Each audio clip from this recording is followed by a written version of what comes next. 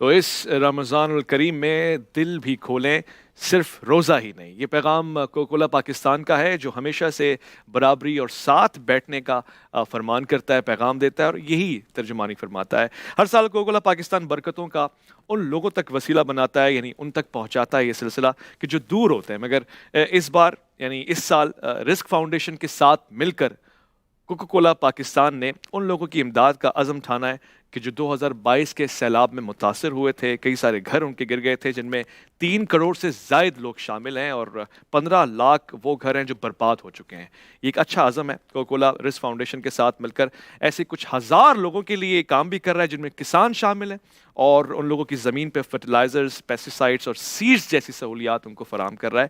یہ رزق فاؤنڈیشن کے ساتھ مل کے ان کے اشتراک میں یہ کام ہو رہا ہے۔ تو آپ بھی کوکو کولا کی بوتل خریدیں، اور جس سے یعنی ایک بوتل جو آپ خریدتے ہیں اس کے بدلے رزق فاؤنڈیشن کی عطیات اور اس صورت میں ان کی ہیلپ پہنچتی ہے۔ اس حوالے سے ہم آپ کو مزید اپڈیٹس کرتے رہیں گے، اپڈیٹ آپ کو ملتی رہیں گی۔ آپ عرفان رمضان دیکھتے رہیں گے، جی ٹی وی کی خصوصی نشریات، اور ہم آپ کو کوکو کولا کی اس کاوش کا ایک خوبصورت چہرہ دکھاتے رہیں گے۔ آج کے اس پروگرام میں جہاں ہم رمضان کے حوالے سے بات کر رہے ہیں، قرآن کے حوالے سے بات کر رہے ہیں، روزے اور اس کی افادیت کے حوالے سے بات کر رہے ہیں، ہمارے پاس ایک لائیو کالر بھی موجود ہے، ہم اس کو بھی خوش آمدید کہتے ہیں۔ السلام علیکم ورحمۃ اللہ۔ وعلیکم السلام جی خیر مقدم آپ کا کون سا، آپ کہاں سے کیا فرمائیں گے؟ جی کیا سوال پوچھیں گے، کیا نام ہے آپ کا، فرمائیے گا۔ میرا نام شیر زمان ہے، میاں والی سے بول رہا ہوں۔ یہ شوگر اور بلڈ پریشر کا مریض ہے، اس کے لیے کیا میں یہ روزہ رکھنے کے لیے وہ رکھ نہ سکے تو کیا کرنا چاہیے؟ ٹھیک ہے، علامہ طیب شاہ گیلانی صاحب سے یہ سوال پوچھنا چاہوں گا۔ جی بلڈ پریشر کے مریض ہیں، شوگر کے مریض ہیں، ڈائبٹیز ہے، ایسے معاملے میں وہ روزہ رکھیں تو کیسے رکھیں؟ جی بسم اللہ الرحمن الرحیم۔ قرآن کریم نے وعلی الذین یطیقونہ فدیۃ طعام مسکین، اگر تو اس کی بیماری اس لیول کی ہے کہ وہ نہیں رکھ سکتا، شوگر کی بھی ابتدائی اگر صورتحال ہے، اور اگر وہ جس طرح یہ پوچھ رہے ہیں ان کی یہ کیفیت کیا ہے، یہ تو خود جانتے ہوں گے کہ ان کی شوگر لیول اگر بالکل ہی لو ہو جائے کہ زندہ رہنا ہی ممکن نہ ہو، تو پھر تو وہ جس طرح قرآن کریم نے اس کا دیا ہے کہ فدیہ دے گا۔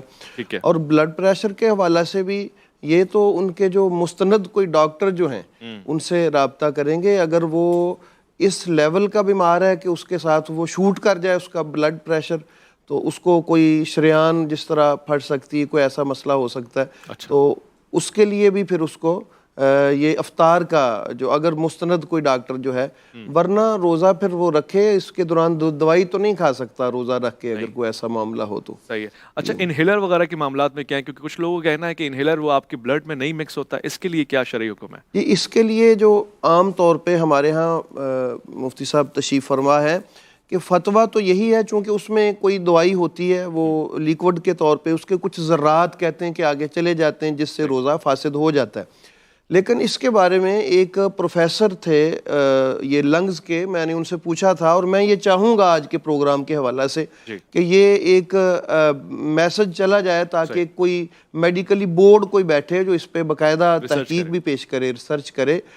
وہ فرما رہے تھے کہ یہ معدے میں ایک تو نہیں جاتا، اچھا، اور دوسرا یہ خون میں شامل نہیں ہوتا۔ اچھا، تو جو چیز انسان کے معدہ تک نہ پہنچتی ہو، تو یا غذا کی صورت نہ بنتی ہو، یا کوئی اس کی ایسی صورت نہ ہو کہ وہ دوائی بن کے اندر جا رہی ہے، تو اس سے پھر روزہ نہیں ٹوٹتا۔ وہ اس کے دمہ کے ڈاکٹر تھے، اس کے پھیپھڑوں کے، لنگز کے، تو اس حوالہ سے اگر اس میں کوئی گنجائش ہو، جس طرح یہ ہمارے انجیکشن کی بھی بات ہوتی ہے کہ انجیکشن اگر کوئی ایسا ہو جو غذائی طور پہ کوئی استعمال کیا جا رہا ہے تو اس سے روزہ ٹوٹ جاتا ہے، اور اگر ایسا نہ ہو جس طرح ہم یہ شوگر کے لیے وہ انسولین وغیرہ لگواتے ہیں، جو ہمارے جو راستے ہیں غذا کے لیے استعمال کیے جاتے ہیں جو اصولی ہیں، تو وہاں سے ہو جس طرح وہاں اس کے لیے موقف ہے کہ روزہ نہیں اس کے ساتھ فاسد ہوتا۔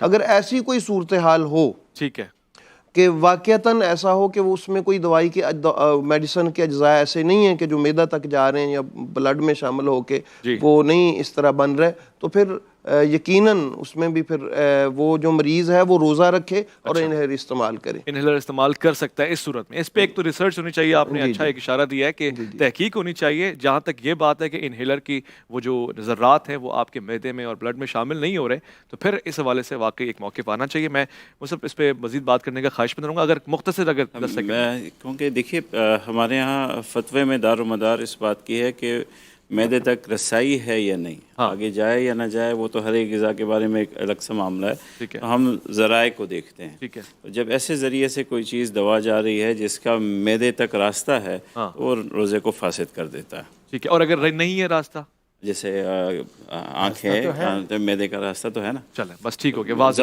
منہ سے لے رہے ہیں. ہمارے بس میں حلق سے نیچے اتارنا ہے, معدے تک پہنچانا ہمارے بس میں ہی نہیں. کوئی مقدار میں اتنی تھوڑی چیز ہے, حلق سے نیچے جائے گی اور نالی کو لگ کے رک جائے گی, نہیں پہنچی, لیکن روزہ ٹوٹ جائے گا. حلق سے نیچے ہم نے کوئی بھی چیز, بیرونی چیز ہم نے اتاری, روزہ ٹوٹے گا. تاکہ اگر وہ مریض ہے اور باقی اس قابل نہیں ہے تو فمن کان منکم مریضا او علی سفر وہ کر سکتا ہے اس میں. جی بہت شکریہ جی. اب مختصر سے وقفہ لے رہا ہوں, میں لوٹ کر آؤں گا. آپ دسترخوان پہ علماء کو تشریف فرما دیکھیں گے, وہاں بھی سوال جواب کا سلسلہ رکھیں گے, ساتھ میں اپنے دسترخوان کو دعاؤں اور مناجات سے بھرپور رکھیں گے, سرشار رکھیں گے. لوٹ کر آئیں گے, الف لام میم میں آپ کا انتظار رہے گا.